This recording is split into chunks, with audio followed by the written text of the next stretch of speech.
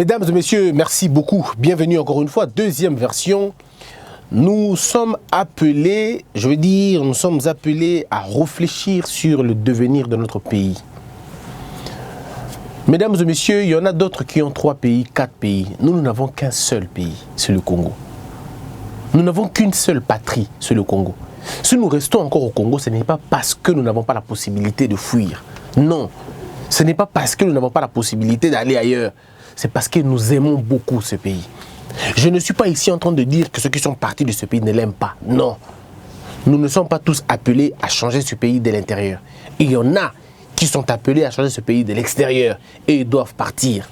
Et à partir de là, ils peuvent tirer ceux qui sont ici pour changer les choses. Nous qui sommes restés ici, nous faisons ce qu'on appelle l'équilibre. Vous êtes là-bas, nous sommes ici, nous mettons le feu partout. Vous mettez le feu de l'extérieur, nous mettons le feu de l'intérieur et le pain est cuit de cette manière-là.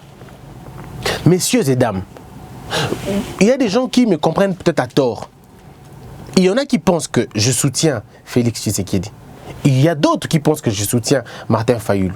Il y en a qui pensent que finalement je soutiens personne. En réalité, mesdames et messieurs, je soutiens la vérité. Moi, je soutiens la rationalité. Je soutiens l'objectivité. Et je soutiens les faits. C'est ce qu'il faut dire aux Congolais parce qu'ils en ont besoin vraiment. Je vous dis, là, la fois passée, je vous avais parlé de premières erreurs de M. Félix Tshisekedi. Souvenez-vous. Il y en a qui m'ont traité de la moukiste. Ok. Quand j'ai parlé de cette histoire de Félix, on l'a mal compris. Ah non, tu es Félix.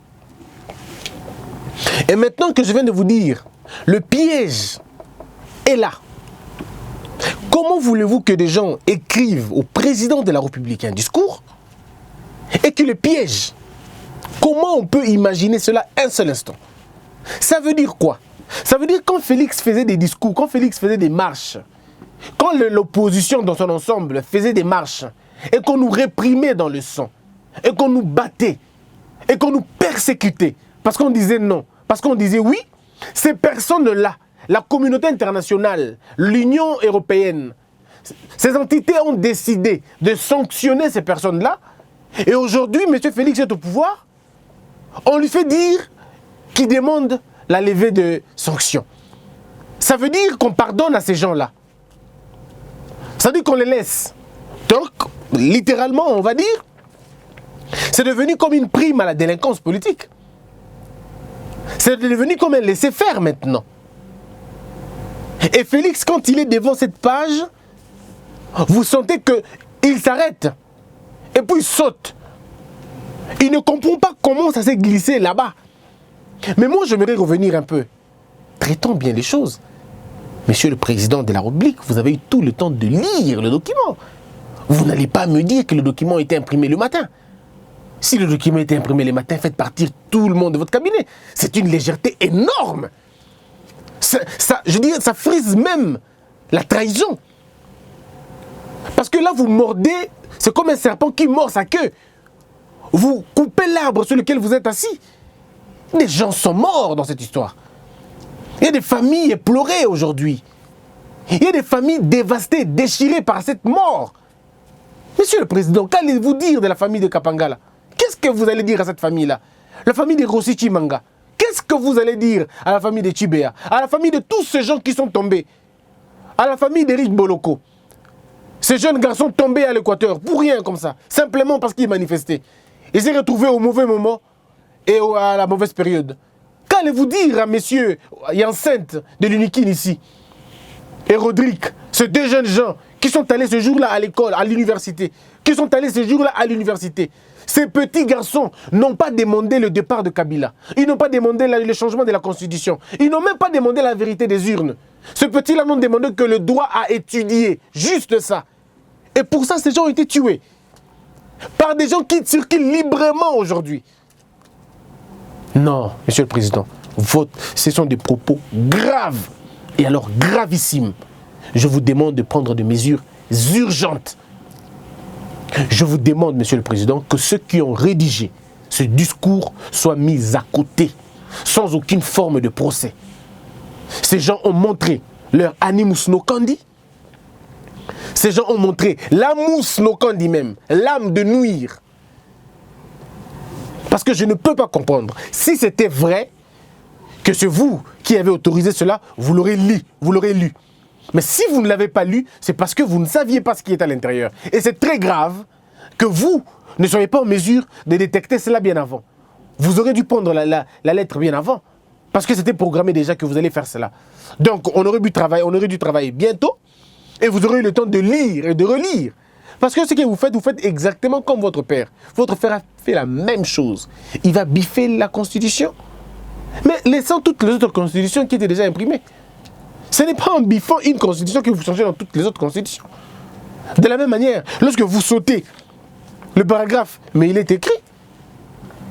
Quand on a remis un document par chacun à tous les ambassadeurs, on les a remis quel document? On a remis le document dans lequel il y a ça. Et la communauté internationale est saisie. Non, le nouveau président a levé les sanctions. Et on risque de lever les sanctions. Si on lève les sanctions, mais ces gens-là seront primés. Ils seront primés. Moi, je le dis, parce que nous gardons la République, parce que nous protégeons la République. Mesdames et messieurs, peut-être ce dossier m'amènera en prison. Ça, je peux vous le dire et je suis prêt à aller en prison.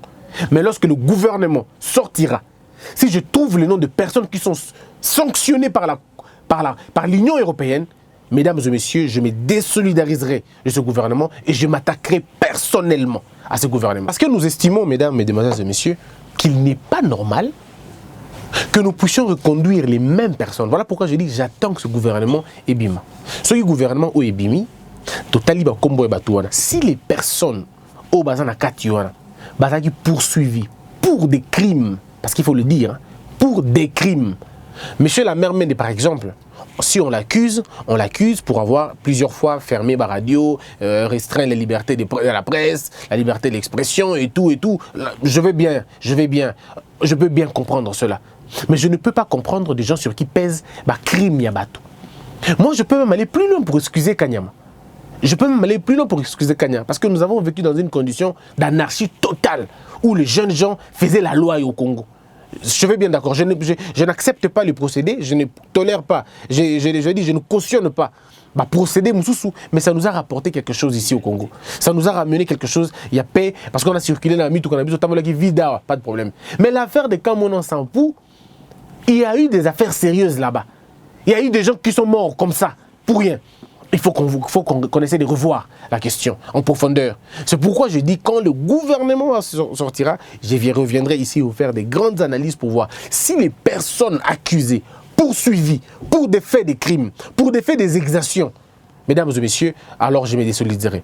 Sincèrement, je serai contre ce gouvernement, peut-être pas contre le président, parce que ça sera, de toute façon, ça ne sera pas lui.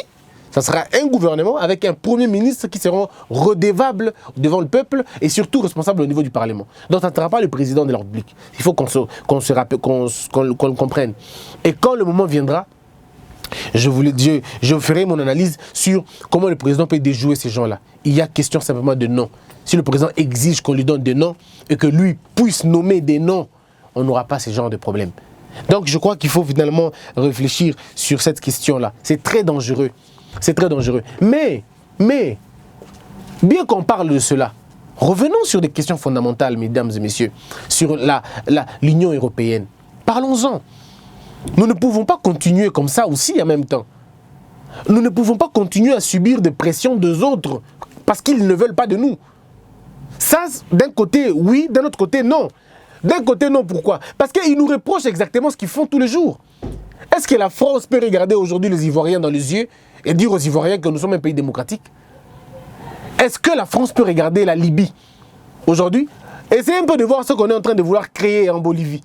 Vous voyez? Ce qu'on est en train de vouloir créer là-bas. Ils veulent créer la situation de la Libye. Sans dire la vérité. Ils ont tenté de le faire en Akiba. Ça, c'est le rôle des Occidentaux. Ils considèrent le noir comme des cafards, comme des insectes. Les propos peut-être peuvent être durs, mais c'est comme ça qu'ils nous considèrent. Ils nous considèrent vraiment comme des animaux, des sous-hommes, des esclaves. Et ça, c'est très dangereux. On ne peut pas traiter comme ça, avec ces rapports-là. Qui ont des îles vierges chez eux? Qui entretiennent des paradis fiscaux chez eux? Qui bâtissent des monuments de fortune, des monuments, des châteaux? Qui accueillent les dictateurs? Qui mettent en place des dictatures en Afrique? Qui pille les ressources africaines? Qui sont les premiers à prôner une monnaie occidentale, une monnaie coloniale? Vous avez entendu la débâcle entre l'Italie et la France? Vous avez suivi des révélations terribles. On a donné des chiffres. Est-ce qu'ils se sont tués? Est-ce que vous avez entendu des sanctions là-bas? Oh, on vous sanctionne. Est-ce que vous avez entendu? Ils se sont appelés des frères. Mais quand c'est un Congolais, quand c'est un Guinéen, quand c'est un Malien qui a des propos comme ça, on dit non, non, ce sont des rebelles. On va monter les opposants pour aller finalement faire la pression et détruire tout un régime. C'est là le problème. Mais l'intellectuel africain ne comprend pas cela. L'intellectuel africain ne comprend pas cela. Est-ce que l'Europe peut nous donner, nous, la leçon sur la moralité? Est-ce qu'elle peut nous donner la leçon sur la moralité? Quels sont les gouvernements les plus immoraux aujourd'hui dans le monde? Si nous voulons vraiment auditer la construction des États-Unis, la construction de la France, de l'Italie et de tous les pays colonisateurs, si nous voulons vraiment questionner, auditer ces richesses-là, ça vient d'où? Mais d'ici, en Afrique. Ça vient d'ici. Et ça ne vient pas parce que nous les donnons, nous les aimons beaucoup. Non, c'est parce qu'ils nous pillent, ils nous volent, ils nous mettent dans des conditions néfastes. Et la conséquence, c'est le terrorisme chez eux. Les gens ont refusé de réfléchir sur des grandes questions et sur des très bonnes questions. L'Union européenne devrait d'abord commencer par mettre de l'ordre chez eux là-bas avant de venir mettre de l'ordre chez nous ici. Mais en même temps, je dis encore que les gouvernants ou les gouvernements africains ne doivent pas utiliser ça comme un prétexte de nous tuer, de nous abattre. Et puis quand on va dire un mot, ils disent non, évitez les impérialistes. Non. Ça, c'est une manipulation de la population. Mais la vérité reste la même chose. On parle de la Suisse, la Suisse. Mais qui a les paradis fiscaux, qui héberge l'argent des mafieux dans le modèle Wana? Qui a le nombre de mafias le plus élevé en Europe là-bas? Non, mes frères, il faut laisser cela. C'est pas bien. C'est pas bien. Donc, je crois que... mais il y a aussi notre rumeur, comme je le disais. Félix Tshisekedi ne doit pas être le bourreau de Kabila. C'est un président. Il ne doit pas s'immiscer dans les affaires. Il y a aussi notre rumeur. Les gens disent non, Félix doit arrêter Kabila et tout. Mesdames et messieurs, ne poussez pas Félix à la faute et surtout à l'imprudence. Qu'on ne vous trompe pas, Kabila est encore fort. Je dois vous dire qu'il est ancien président, ça fait seulement 1 mois. Peut-être même pas 1 mois déjà. Ça veut dire ceci, qu'il a encore de très bonnes relations dans l'armée, il a encore un ancrage très fort qui n'est pas démantelé complètement, et à un monsieur comme ça, on ne joue pas d'abord. Ce qui est vrai maintenant, il y a des choses beaucoup plus importantes, beaucoup plus cruciales, beaucoup plus sérieuses qu'il faut s'y atteler. Pas la chasse aux sorcières maintenant. La chasse aux sorcières, si vous voulez le faire, vous pouvez le faire au 2e mandat. Peut-être. Ou alors, si vous voulez faire les choses, il faut attendre peut-être 2 ans ou 3 ans, que vous soyez sûr que vous êtes là. Parce qu'il y a des gens, vous ne pouvez pas détruire un système qui a fait 18 ans en 1 mois. Vous ne pouvez pas. Moi, quand j'entends les gens dire, mais je dis, mais vous êtes des excités à un moment donné. Il y a des gens excités, Akangaye. Non, on ne kanga pas comme ça. C'est pas un matin, tu te réveilles, tu arrêtes. Non, sinon nous tombons dans la barbarie. Quelqu'un même dit, non, mais qu'est-ce qu'il attend? Il y a beaucoup de prisonniers, qu'il fasse sortir tous les prisonniers. Non, mes frères, soyons sérieux, comment il va faire sortir tous les prisonniers? Comment va-t-il le faire? Il n'a pas ce droit-là de le faire. Il n'a pas ce droit de le faire. Il a demandé au ministre de la Justice de répertorier les cas les plus dangereux, ou les prisonniers, ou tout ça. Mais au-delà de ça, il faut aller plus loin pour regarder ces choses-là. Voilà pourquoi j'aimerais demander à M. Félix Tshisekedi de rester serein et surtout de veiller à ce que son régime ne tombe pas dans l'eau. Il doit veiller à ce que son régime ne tombe pas dans l'eau. Ce genre de problèmes, il doit les éviter. Il doit vraiment les éviter et surtout dans son bureau, il doit éviter que les discours soient dans ce sens-là. Alerte plus, titre ce matin. Voilà. Alerte plus, il dit voici la liste des kabylistes qui seront bientôt aux arrêts. Voilà la titre à YouTube. Premier ministre bientôt, divorce entre le FCC et les Cash. Martin Fayulu, tout feu, tout flamme à Beni et Butembo. Effectivement, Martin Fayulu est à Beni et Butembo et j'ai aimé particulièrement son discours. Il était contre le tribalisme. Il a dit même, je cite, « Tous ceux qui viendront vous chanter le tribalisme, chassez-le. » C'est ce qu'il a dit. Et c'est très bien, c'est très républicain et c'est vraiment très bien. Il a aussi parlé d'Ebola. Il a demandé aux Congolais de se laver les mains, de prévenir, de se prévenir et surtout de se faire soigner. Et il a appelé le gouvernement de travailler pour éradiquer cette maladie d'Ebola. Je crois que c'est sérieux et c'était très bien. Entre-temps, l'UDPS aussi a fait son meeting. C'était un très grand et bon meeting où on a entendu toutes sortes de promesses, comme on fait toujours. Hein. Ils vont travailler, ils vont faire très bien les choses et tout. C'est bien. Mais alors revenons dans la Alerte Plus. Le ministre José Makila, sous mandat, plébiscité meilleur ministre des Transports. De qui se moque-t-on, s'il vous plaît? De qui on se moque? Pourquoi nous avons pris l'habitude de primer les faibles comme ça? Pourquoi nous avons pris l'habitude de primer les incompétents? Pourquoi? Nous gagnons quoi? Nous gagnons quoi? Est-ce que vous avez même un ministère de Transport au Congo? Est-ce que vous avez même un appareil administratif de transport au Congo? Allez poser à votre ministre, là vous dites qu'il a été plébiscité. Posez-lui la question, le charroi automobile congolais est composé de combien de véhicules? Qu'il vous dise aujourd'hui combien de véhicules ont été auditionnés. Qu'est-ce que je veux dire? Ont été checkés par le contrôle technique. C'était quoi la mesure technique du contrôle technique? Ça servit à quoi? Combien de taximens avons-nous aujourd'hui? Combien de motos avons-nous aujourd'hui? Est-ce qu'il peut nous dire combien d'accidents se commettent les jours par la circulation routière? Est-ce qu'il peut nous dire combien de crimes, je veux dire, combien de morts il y a dans les rapports, dans le voyage fluviaux, lacustre? Est-ce que le ministre des Transports, mais est-ce qu'il peut même nous donner le nombre de bateaux que nous avons au Congo? Comment on peut être ministre des Transports, on ne sait pas maîtriser, ne serait-ce que le prix. Le prix, on va dire que ce n'est pas lui, mais ne serait-ce que la ligne aérienne chez nous. Comment est régulé le secteur de transport aérien au Congo? Mesdames et messieurs, vous ne pouvez pas imaginer un seul instant que l'on traite des questions sérieuses comme ça avec légèreté. Le go de passe, où vous avez vu? Peut-être c'est en Afrique, peut-être c'est en Afrique qu'on fait payer encore les go de passe. Les go, ceux qui passent, ceux qui go passent. Chez nous au Congo, ce n'est pas seulement les go pass qu'on paye. On paye les go pass, on paye encore des frais provinciaux. Je ne comprends rien. Je ne comprends absolument rien. Ces secteurs-là, un monopole écrasant et perturbant. D'abord, le transport est à l'antipode du tourisme. Si quelqu'un quitte l'Europe, il vient au Congo, il va faire le tourisme. Mesdames et messieurs, dites-moi comment il va arriver comment il va arriver à Goma? S'il faut qu'il paye 900 $ pour arriver là-bas, ou 800 $ pour arriver là-bas. Est-ce que vous comprenez un peu cela? Tout ça parce que vous trouvez un seul appareil, une seule compagnie, qui impose les monopoles et le ministère des Transports se tait, il ne fait absolument rien. Et quel est le niveau, la qualité des appareils? Quelle est la qualité des appareils? Non, les gens ne comprennent pas ce que c'est ministère de Transport. Dans le ministère des Transports, il y a beaucoup de secteurs. Alors, je vais citer quelques-uns. Ce que je vais citer tout à l'heure, ce sont des vaches à lait. Messieurs et dames, des vaches à lait. Ce sont comme on dit, la plantation des carottes. C'est une terre fertile de la République. Une recette, je veux dire, une régie financière énorme. Un ministère de revenus, vous n'avez aucune idée.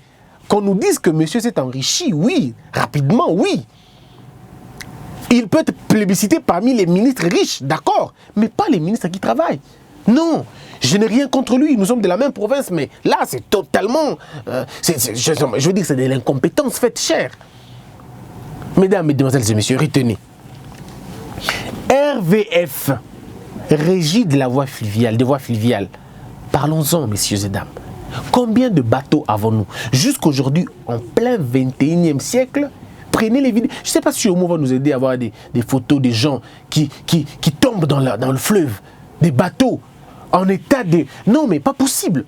Des bateaux qui ne devaient même pas être sur le fleuve. Mais ces bateaux se retrouvent sur le fleuve. Des baleinières en très mauvais état, en piteux état. Mais ce sont ces baleinières-là qui sont en train de circuler. Est-ce qu'on peut dire aux yeux du monde que nous sommes un pays sérieux? Est-ce que nous pouvons regarder les gens dans les yeux et dire que nous avons une régie de voie fluviale? Est-ce qu'on peut le dire? Non, on ne peut pas le dire. Rien ne fonctionne sur ce secteur-là. Nous comptons des morts et des morts et des morts, de naufrages et de naufrages. Parce qu'il n'y a personne qui circule la question, qui régule, pardon, la question. Le bateau circule comme ils entendent. Les tracteurs envoyés pour besoin de l'agriculture se sont retrouvés dans l'eau. Se sont retrouvés derrière des pirogues. Les gens voyagent dans des conditions les plus inhumaines que possible. Faites un tour sur le lac Albert. Vous allez voir. Vous allez voir des bateaux là-bas. Vous allez voir des bateaux qui ne ressemblent pas à des bateaux, mais vraiment à des cercueils sur l'eau. C'est pas possible. On ne respecte absolument rien. Faites un tour à l'équateur, vous allez voir combien les gens meurent. Bateaux, insectes. Simplement parce qu'ils se retrouvent dans un pays où on a nommé un ministre qui n'arrive même pas à comprendre la fonction qu'il exerce. Monsieur le ministre des Transports, Omo va tout faire pour nous montrer ces images-là. Et vous allez voir les images de ces gens-là qui périssent comme s'ils étaient des bons à rien. Dans il y a le ministère des Transports. Nous avons l'ONATRA. Mesdames et messieurs, qui sont les citoyens les plus pauvres du Congo? Ce sont les agents de l'ONATRA. Ils vivent dans la pauvreté. Ils ont tapé de plus de 50 mois de salaire. C'est la seule administration où il y a les cercueils qui sortent où on enterre les présidents depuis très longtemps. Mais qu'est-ce qu'il a fait? L'ONATRA n'a pas que des bâtiments. L'ONATRA a aussi les chemins de fer. Est-ce que nous avons les chemins de fer? Hier, j'étais avec Omo en train de circuler. Il me dit, t'as le chemin de fer, il y a des marchés sur les chemins de fer. Des marchés sur les chemins de fer. Des ministres ont acheté des maisons sur le chemin de fer. Au Congo, mais vous êtes ministre des Transports, vous ne faites que grossir parce que de toute façon, vous n'avez que ça comme boulot.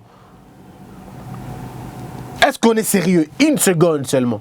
Une seconde. Sommes-nous sérieux? Comment on peut vous appeler excellence lorsque le secteur que vous encadrez n'est pas excellent?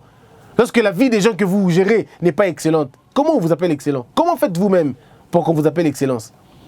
Le ministère des Transports, ça n'a pas que ça. Toutes les maisons de l'ONATRA aujourd'hui, pas toutes, je ne vais pas exagérer, la plupart des maisons de l'ONATRA, ces maisons sont vendues. Le port de l'ONATRA est devenu obsolète, laissant place à un port privé. Parce que nous savons ce qui se passe là-bas. Nous savons la magouille qui se passe là-bas. À Matadi, aujourd'hui, si vous allez là-bas à Matadi, vous retrouvez que le port privé est beaucoup plus important que le port de l'État. Et les agents du port privé sont plus mieux. Enfin, je parle plus mieux, ça ne se dit pas, plus riches que les agents de l'État. Vous trouvez ça sérieux? Comment on fait pour être ministre et on les plébiscite? Chers confrères, arrêtez de faire la honte comme ça. Arrêtez de faire la honte. Voilà ce que vous racontez. OGFREM, Transco, RVA. Quelle est la qualité de l'aéroport que nous avons aujourd'hui? On peut appeler ça aéroport? Je crois qu'on peut l'appeler même aérodrome. Ce n'est pas un aéroport celui qu'on a aujourd'hui. Regardez le port que nous avons. Est-ce que nous avons des ports sérieux? Non, on n'a pas de ports sérieux. Il y a des ports qui n'ont même pas de grimes. Non, mes frères, monsieur ne peut pas être plébiscité ministre. Il ne peut pas être plébiscité meilleur ministre des Transports. Pas du tout. Pas du tout. Pas du tout. L'état des avions au Congo. Est-ce que vous savez qu'on a refusé aux avions congolais de circuler sur l'espace international?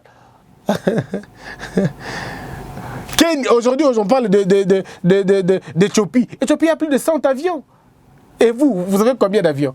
Ministre des Transports plébiscité. Pour avoir fait quoi? C'est pas sérieux. C'est pas sérieux. C'est pas sérieux. On a eu ici Nengampeta comment on appelle, et Anouarit. Où en sommes-nous avec Nengampeta et Anouarit? Tombés en panne. Des avions de Bilokos.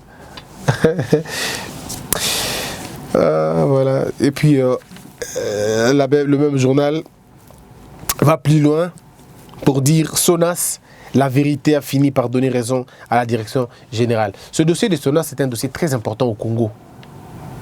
Aujourd'hui, il y a des gens qui pleurent. Ils ont été assurés. Ils ont assuré leur voiture, assuré leur maison, assuré leur vie. Mais quand il y a eu problème, on n'est pas venu à leur secours. Quand déjà cette structure n'a pas de confiance, dites-moi comment vous voulez qu'elle travaille.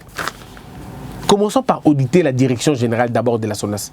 Qui gère la SONAS? Quelles sont les compétences qu'il y a là-bas? Évaluons d'abord, vous allez vous rendre compte. Évaluons seulement. J'aurais bien voulu revenir sur la question du transport, mais comme le temps ne permet plus, je vais passer à autre chose. Au moins, est-ce qu'on a encore 2 minutes pour prendre le deuxième journal? Mesdames et messieurs, Je crois humblement que nous devons aimer ce pays. Il y a des enfants de ce pays qui ont l'amour de ce pays, qui veulent aider ce pays sans s'enrichir. Ne venez pas nous amener des coopérants en politique. Voilà pourquoi je demande à M. Félix, je reviens sur la question, le prochain gouvernement, M. Félix, le prochain gouvernement, nous ne voulons pas des gens qui ont déjà échoué dans les secteurs, dans un secteur quelconque. S'ils ont échoué là-bas, laissez-le là-bas. Et l'avantage dans tout ça, j'étais en train de parler à mon ami Jérémy Maïkondi, qui est le superviseur de cette émission. J'étais en train de lui dire, ces gens-là n'ont pas besoin de se faire beaucoup de problèmes. Ils sont députés. Donc même s'ils ne deviennent pas ministres, ils sont députés. Donc ils peuvent continuer à bouffer l'argent, qu'ils laissent d'abord la gestion de l'État entre les mains d'autres personnes. Le Congo a 80 millions d'habitants à l'intérieur. Plus de 80 millions d'habitants. Il y en a même qui parlent de 120 millions d'habitants au Congo. Mesdames, mesdemoiselles et messieurs, à l'étranger, vous êtes plus de 10 millions de Congolais vivant à l'étranger. Il y en a qui parlent de 6 millions. Il y en a qui parlent de 8, de 9, de 10. Je prends dans l'ensemble. Vous êtes peut-être 10 millions d'habitants. Donc vous êtes... Non, vous êtes nombreux. Si on ne va pas prendre les Congolais d'ici, prenons même ceux qui viennent de l'étranger. Si on ne prendra pas ceux qui viennent de l'étranger, prenons ceux qui sont ici. Le problème ici, c'est que est-ce que nous ne pouvons pas montrer à la face du monde qu'il y a un autre type de politicien, il y a un autre type d'homme d'État? Sommes-nous vraiment obligés de revenir sur des personnes qui en sont vidées, qui n'ont plus d'onction politique, qui n'ont plus d'atout, ils ne savent plus rien faire? Mesdames et messieurs, le ministère de Transport, c'est une vache à lait. C'est une vache à lait. On ne peut pas diriger ça comme ça.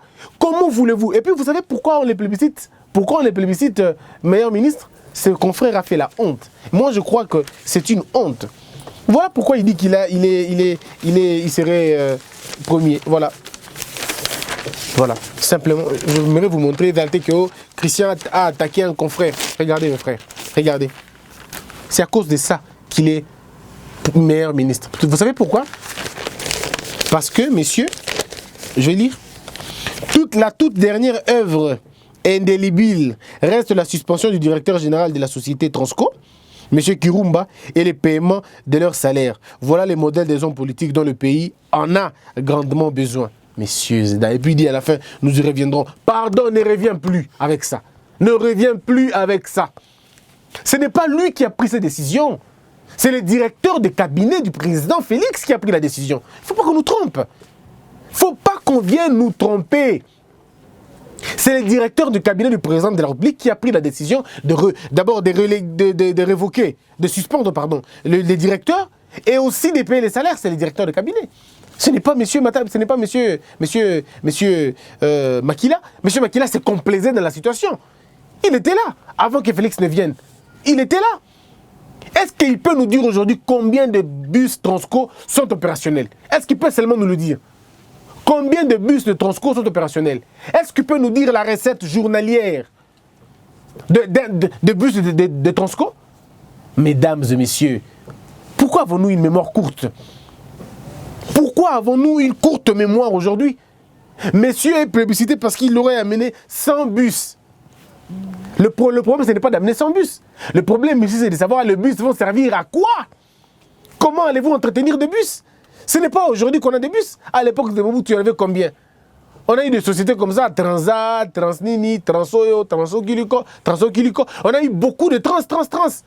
Le problème, c'était au niveau de l'entretien de ces bus-là, la gabégie financière de ces autorités-là et la déroute et la dérive dans la gestion qu'on a eu à voir. Ce que moi j'appelle le banditisme de la gestion.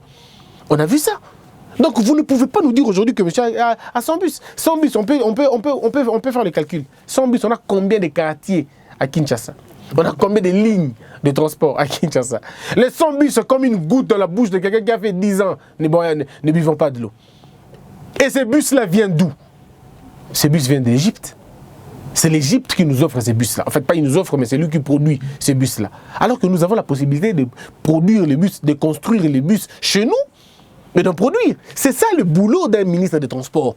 Celui d'avoir une capacité managériale, d'attirer les investisseurs. Le ministre des Transports si j'étais ministre des Transports dans ce pays, moi, Christian, si j'étais ministre des Transports ou si j'étais conseiller du ministre des Transports, je lui aurais demandé de faire le tour, d'aller voir Toyota, d'aller voir Yamaha, d'aller voir Honda, d'aller voir Nissan, d'aller voir Tata, d'aller voir de gros bus à travers le monde pour essayer de les attirer ici chez nous, pour alléger les secteurs du transport. Pour venir ici faire l'assemblage de voitures et à ouvrir une chaîne de distribution en Afrique.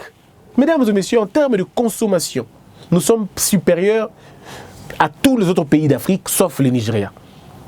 Parce qu'ici, vous avez une population qui grandit.